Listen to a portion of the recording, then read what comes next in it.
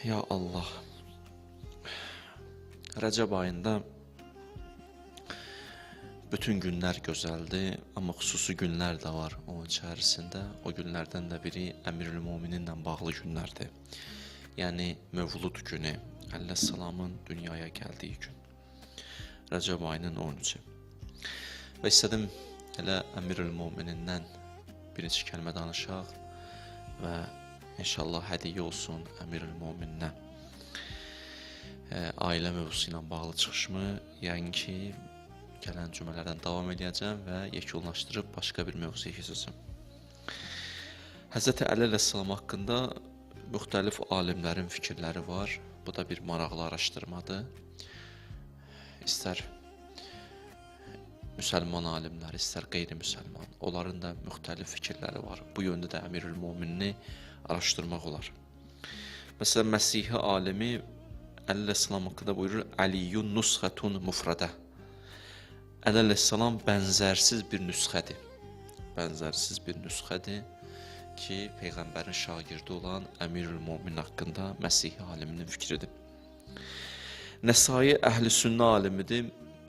Tanıyanlar bilir, 6 dənə xüsusi kitab var ki, əhl-i sünnədə, onlardan birinin müəllifidir. Bir kitab yazıb Əmirül-Möminin haqqında, Xəsaisu Əmirül-Möminin, Əmirül-Möminin xüsusiyyətləri, fəzilətləri haqqında. Niyə yazır bu kitabı? Dəməşq şəhərinə gedir, bilirsiniz orada Şam əhli Muaviyə daha çox məhəbbəti var idi.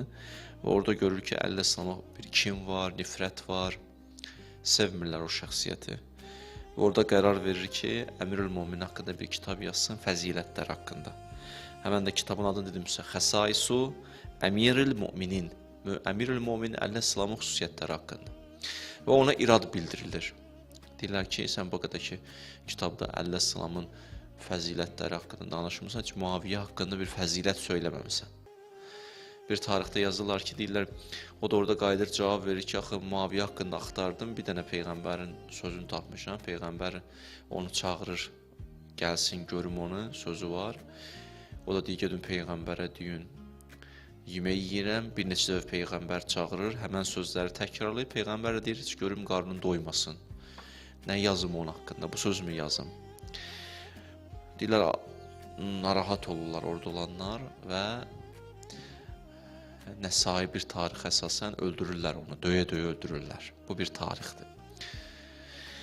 Xülasə, çox sözlər demək olar. Mən bir Məsihi alimi, bir əhl-i sünnə alimin haqqında Əmirül-Mömininlə bağlı fikirləri söylədim. Və bir dənə də hədis İmam Rıza əleyhissalamdan deyim, Əli əleyhissalama məhəbbət, əhl-i beytə məhəbbət haqqında. Maraqlı hədisdir. Buyurur, وَلَا تدعوا العمل الصالح والاجتهاد في العبادة اتكالا على حب آل Muhammed. Nə badə Əhl-i Beytin məhəbbətini götürəsiz, səy, çalışma, ibadəti qoyasız kənara. Deyəsiz da, mən Əliyini çox sevirəm, bitdi. İbadət mənə lazım deyil, xidmət mənə lazım deyil, məhəbbət kifayətdir, xeyr. İmam Rıza ağanın sözüdür. Nəbadə məhəbbətə arxalanıb, arxayınlaşıb, çalışmalarınızı, səylərinizi, ibadətlərinizi qoyasız kənara. Davamında da buyurur, وَلَا تَدَعُوا حُبَّ آلِ مُحَمَّدْ وَالتَّسْلِمْ لِأَمْرِهِمْ اِتِّكَالًا عَلَى الْعِبَادَةِ. Nəbadə ikinci əksinədir. İbadət edəsiz, məsələn, xidmətlər edəsiz, deyəsiz da, bu bizə kifayət edir, Əhl-i Beytin məhəbbətini neyinirik ki? Yəni, ibadətimiz, xidmətimiz kifayətdir. İmam Rıza buyurur, فَاِنَّهُ لَا يَقْبَلَ أَحَدُهُمَا دُونَ الْآخَرِ. Bunlardan ikisindən biri olmasa, o biri də qəbul olmaz. Deməli, Əhl-i Beyt məhəbbəti və səy və çalışmaq və ibadət birlikdə olmalıdır. Bu İmam Rızanın bizlərə buyurduğu töhə, hədis bu günlərdə sizə hədiyyə olsun. Və bir dənə də hədislə başlayıram çıxışıma. Əmirül-Möminindən də hədis buyurur ki, İnnə Rasulallah əddəbəhullah əzzə və cəl. Həzrəti Peyğəmbəri Allah ədəbləndirdi. Müəllimi kim oldu? Allah. Və huvə əddəbəni. O da məni ədəbləndirdi. Bu iki. Davamında buyurur, ənə uəddibul müminin. Mən də möminlərə ədəb verərəm, ədəbləndirərəm. O mərifətlə, mənəviyyatla tanış edərəm, ustadlıq edərəm. Və ənə uğrisul ədəbə əl-mükrəmin. Bu cümləni çıxışımın ortasında tərcümə edib izah edərəm. Xülasə, Əmirül-Mömin nə deyir? Mən iman əhlinə mənəviyyat, ədəb dərsi keçə bilərəm, təlim, tərbiyə edə bilərəm. Mən varam. Və bu söz, bu cümlə yalnız öz zamanına aid deyildi. Yalnız öz anlarına, öz ömrünün yaşadığı günlərə aid deyil. Əmirül-Mömin də müəllimdir. Ədəb müəllimidir, mənəviyyat müəllimidir, təlim və tərbiyə müəllimidir. Şagirdi eləmək istəyən buyursun. Əmirül-Möminin yenə də müəllimdir. Bəli. İndi bunu izah verim sizə inşallah. Baxın, Tohid dünya görüşündən məhrumiyyət, Əhl-i Beyt məarifindən kənar düşmək. Tohid dünya görüşündən məhrumiyyət, Əhl-i Beyt məarifindən kənar düşmək. Yalnız məhdud çərçivədə olan elmlərlə tanış olmaq, azaqani olmaqdır.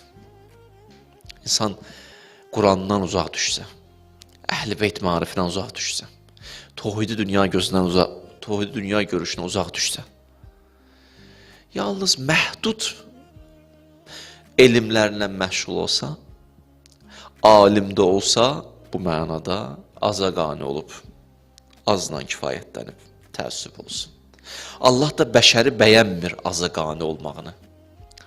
Qınıyır Allah, deyir, əraditum bil həyatı dünya, azla kifayətlənmişsiniz, niyə azaqani olmuşsunuz?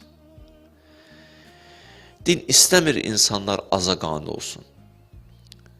Axı sən özün əzəmətli varlıqsan, niyə azla qani olmalısan ki? Deməli, Əhl-i Beyt marifi, Qurandan uzaq düşmək, məhdud elmlərlə kifayətlənmək, azaqani olmaqdır.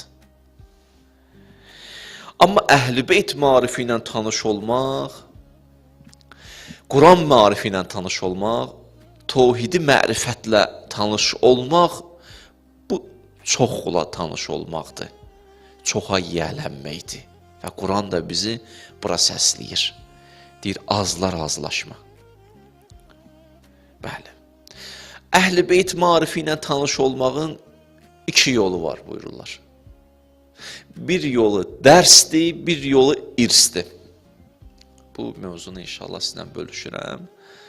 Təsnim təfsirindən istifadə eləmişəm, Əllamənin kitabından.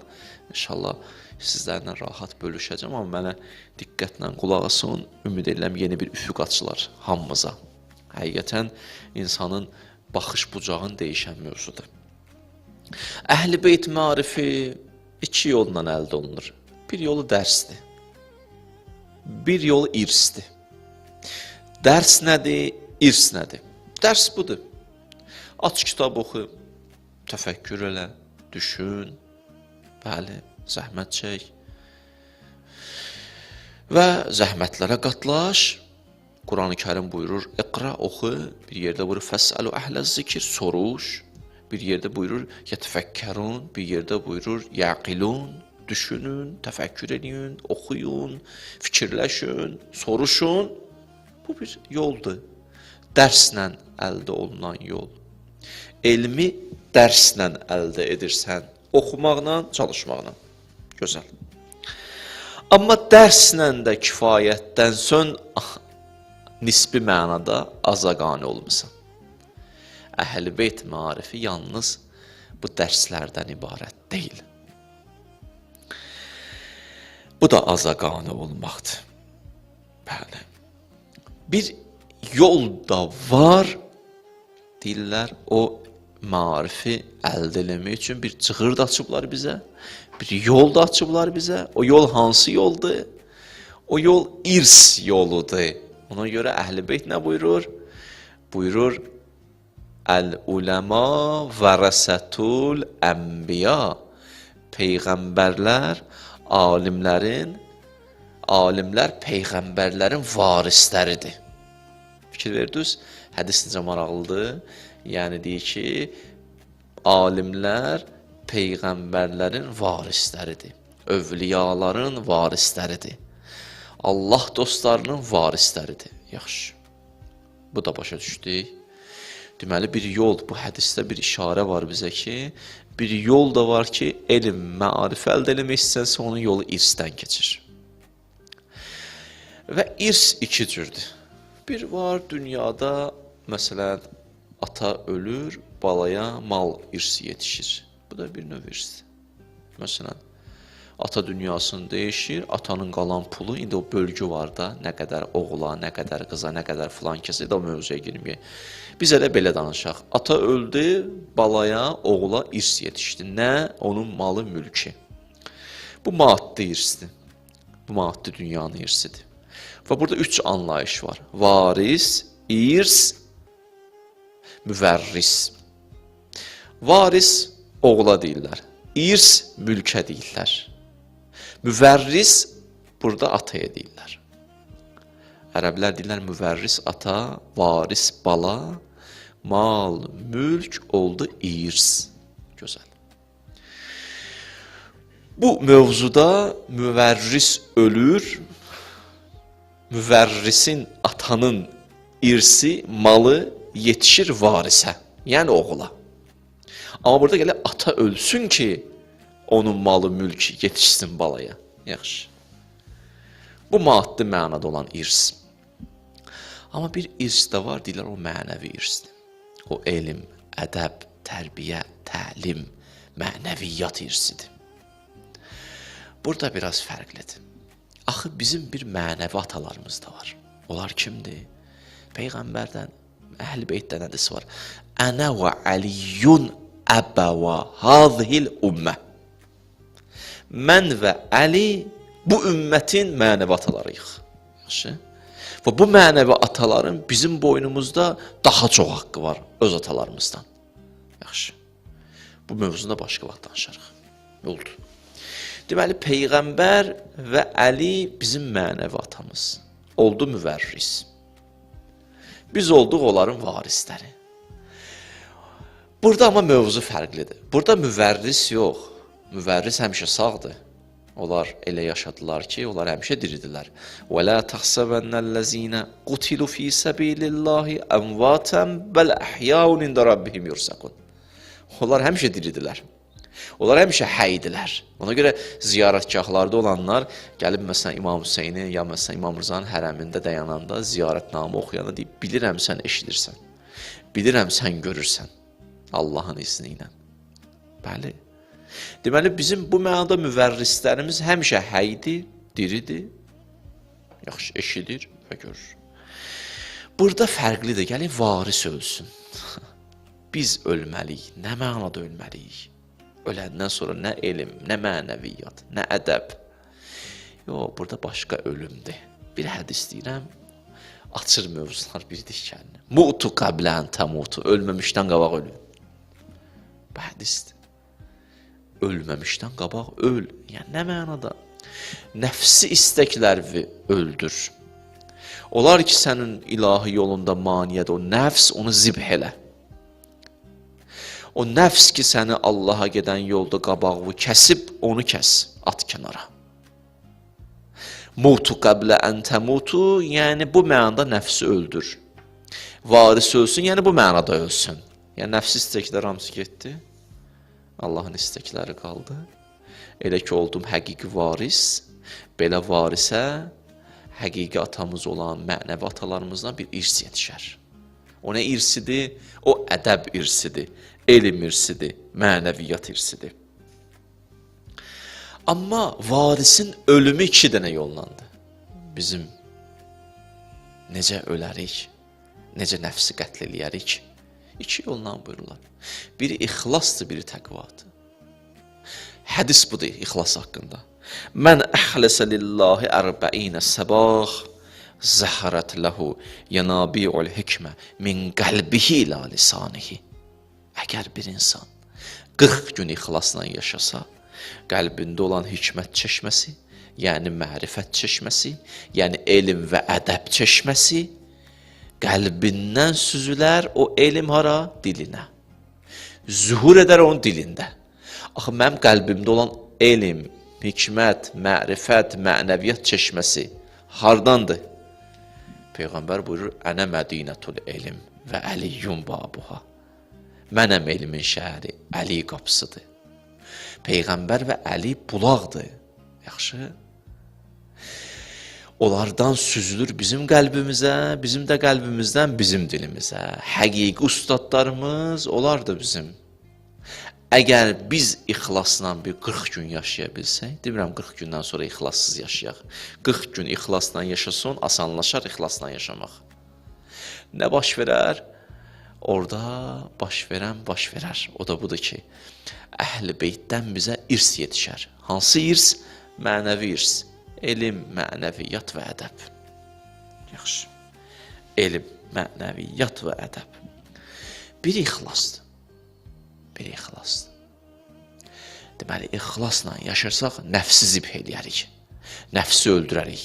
Mutu qəblə ən təmutu olarıq. Ölməmişdən qabaq ölərik. Yaxşı. Bir də təqvadır. Təqva nədir? Yəni, işləri və Allah xatirə edin ixlasdır. Təqva da budur, həddləri bil, hüdudları bil. Nəyə Allah sənə qadağa qoyub? Hansı çərçivələri çəkib onları bil. Elə ki, təqvalı oldun, olarsan kəramətli insan. İnnə əkrəməkum indəllah ətqakum. Sizin içərinizdə ən kəramətliniz, ən təqvalınızdır. Təqva insanı kəramətli edir. İndi görün Əmirül-Müminin nə deyir? Dedim, hədisin bir səsini burada deyəcəm sizə. Həzrəti Əmirül-Müminin buyurur, Ənə urisul ədəb. Məndən ədəb irs yetişər. Kimə? Əl-mükrəmin, kəramətli insanlara. Kəramətli insanlar kimdir? Təqvalı insanlar. Təqvalı insanlar kimdir? İlahədləri gözləyənlər. İlahədləri gözləyən olur kəramətli, kəramətli olur təqvalı. Əmirül-Müminin də deyir, məndən ədəb irsi yetişər. Kimə? Kimə yetişər? Təqvalı insanlara. Təqva və ixlas səbəbdir ki, nəfs zibh olur. Nəfsi öldürürsən, mənəvi ustadın olan Əmirül-Müminindən, Peyğəmbərdən mənəvi irsləri əldə edirsən. Ustadın odur olar səndən. Bu da bir cür yoldur. Onların əli ilə elm əldə edirsən. Bu yol həmişə açıqdır. Bu yol bağlanmayıb. Ona Quranda ayə var, buyurur, Mən yuti'illah və rəsul fəulaikə mə'əlləzinə an'amallah aleyhim minən nəbiyyinə və sıddıqinə və şuhədai və salihin və həsunə ulaikə rəfiqa. Əgər bu yolda davamlı addım atsız, yorulmadan addım atsız, kimdən olarsınız? Peyğəmbərlərin, salihlərin, siddiqlərin, şahidlərin süfrəsində əyləşərsiniz. Onların süfrəsində əyləşmək yəni nə? Onların yediyi yeməkdən yiyərsiniz. Onların qidalandığından qidalanarsınız. Onların sirab olduğu kövsərlə sirab olarsınız. Elə dünyadaykən. Deməli, bir elmdə yetişir bizə mənəvi yolla. Mən istəyirəm deyim, bunu unutmayaq. Demirəm, kitabı bağlayaq. Yox, kitabı saxla açıq. Amma bil ki, hər şey kitabdan ibarət deyil. Nə qədər mənəviyyat və paklason bir elmdə var, sənə irslə yetişər. Ona görə Əhl-i Beyt buyurur, Əl-uləma vərəsətul ənbiya. Alimlər Peyğəmbərlərin varisləridir. Hədis istəyirsin ki, varis olun. Yalnız dərsə kifayətlənməyin. İrslə də olan elmləri qəbul edin. Və belə elmlərin adına deyərlər hikmət. Ona görə Allah Quranda buyurur, وَلَقَدْ آتَيْنَا لُقْمَانَ الْحِكْمَةِ. Biz Loğmana nə verdik? Hikmət verdik. فَمَنْ اُوْتِيَ الْحِكْمَ فَقَدْ اُوْتِيَ خَيْرًا كَسِيرًا. Kimə hikmət vermişiksə, xeyri kəsir vermişik. Çoxlu xeyr vermişik. Yəni, bəşərə istəyir Allah desin ki, azla qanı olmada, çoxa da üz tut. Çox nədir? Hikmətdir. Çox nədir? İrslə yetişən elmdir. Mənəvi paklığına yetişən elmdir. Mənəvi paklığın olmadan o hikmətdən məhrumsan. Deməli, hikmətin adı nədir? Xeyrən kəsiradır. Kövsərin tərcüməsi nədir? Xeyrən kəsiradır. Kimə hikmət versə elə kövsər vermişik. Kövsər də bir mənası, yəni elm, mərifət, ədəb, mənəviyyat. Bəli, bu da bir yoldur. Elə ki, hikməti əldə elədin, olarsan həkim. Həkim insan. Bunlar fərqli bir şeydir.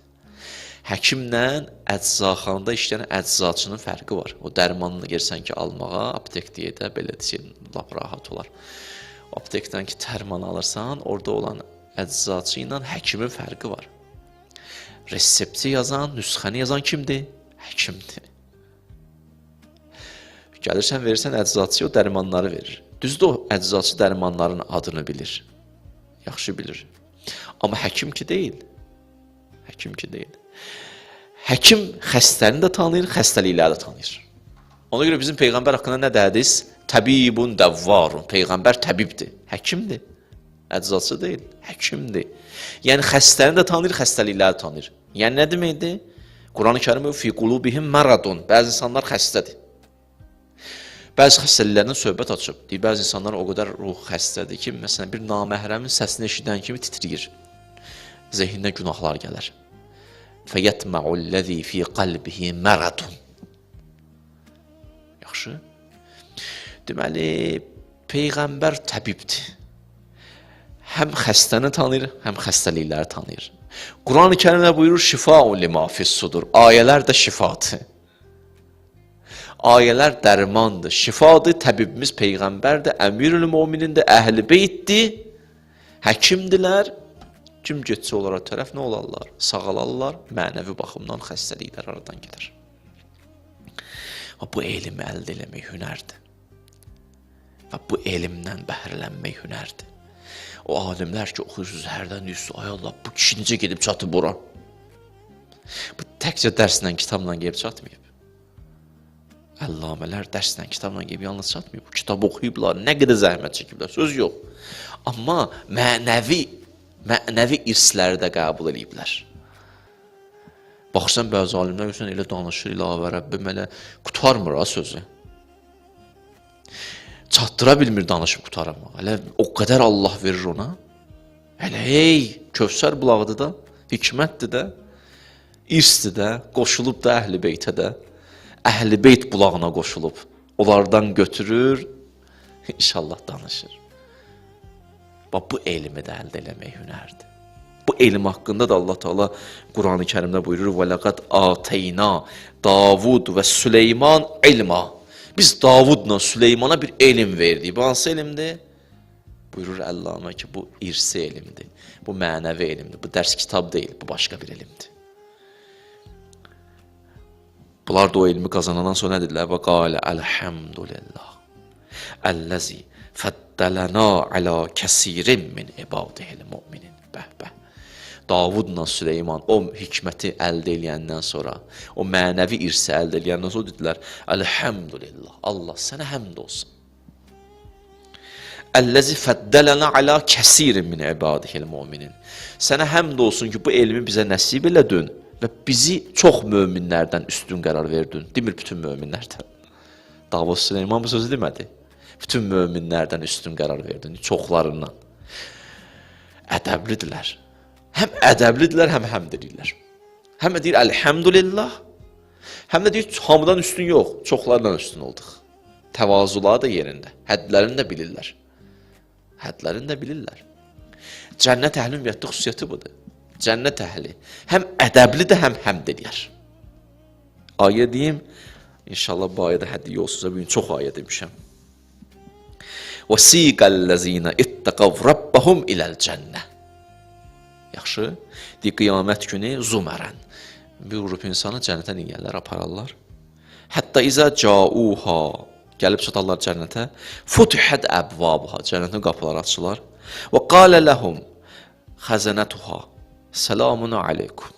Orada olan xidmətçilər deyərlər, indi mələikə deyər. Selamun aleykum. İlk söz budur. Tiptum, pak yaşamısınız. Tiptum. Əsas məsələ budur. Salamdan sonra bu sözü deyir. Tiptum. Siz pak yaşamısınız. Fədxuluha xalidin. Buyurun girin içəri. Paklığınıza görə girin içəri. Bunlar da ayağın qoyan kimi içəri nə deyərlər? Qalu elhamdülillahillazi sadaqana va'dah. Həmd olsun sənə ya Rəbbel aləmin. Nə demişdin, sadiq qaldın.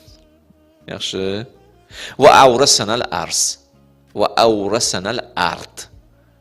Bizi cənnətin varisi elədin. Və əvrəsənə. Gör nə qədər ədəbli sözdür. Bilirsiniz nə deməkdir bu? Axı bir var insan malı, pulu zəhmətlə qazanır. Bir də var yuvalı atası işləyib gəldi buna yetişdi. Atasından yetişdi, nə oldu bu? Zəhmətsiz əldə elədilər, irslə yetişdi. Sanki cənnət əhli gəlib dayanıb Allahın huzurunda. Deyib, biz zəhmətlə qazanmadıq bunu. İrs kimi yetişdi bizə. Hər şeyi sən nəsib elədin. Ustadı sən verdin, ağlı sən verdin, vicdanı sən verdin, fitrəti sən verdin, dostu sən verdin, yolu sən açdın, imamları sən göndərdin, peyğəmbəri sən göndərdin, sən əlimdən tutdun, sən. Mən neynəmişəm ki? Burada da deyim ki, mən qazanmışam bu cənnəti.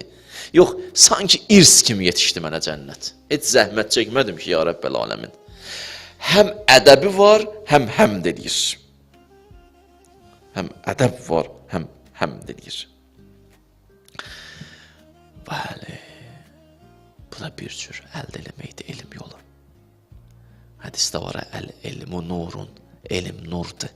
Yəqzifuhullah qəlbu mən yaşa. Yəqzifuhullah qəlbə mən yaşa. Elm nurdur, Allah kimi sizə verər. Özü kimin? Demir zehninə, qəlbinə. Bu hansı elmə işarədir? Bu irsi elmə işarədir. Və bu insanı nurani eləyər. Dərs kitabla kifayətlənmək olmaz. Dərsi irslə mübəddəl eləmək. Oxu, o birisi qapı açılsın. Elə zaten onu oxuyuruq ki, o birisi qapı açılsın. Dərs bir vasitədir ki, irs qapısı açılsın. Elə ki, qapı açıldı, bəli, orada sənin ustadların Əhl-i Beytdir, Peyğəmbərdir və Əlidir. Ona görə Əmirül Müminin deyir ki, yekunlaşdıraq, Ənə uəddibul müminin. Mən təlim, tərbiyə eləyərəm iman əhlini. Bir, və ənə urisul ədəbə əl-mükrəminə. Kim istəyirsə buyursun. Şagird varsa ustad buradadır. Şagird varsa ustad var. Mən ustad kimi hazıram, Əmirül Müminin deyir. Məndən irs yetişər kimə? Kəramətli insanlara, təqvalı insanlara, ixlaslı insanlara.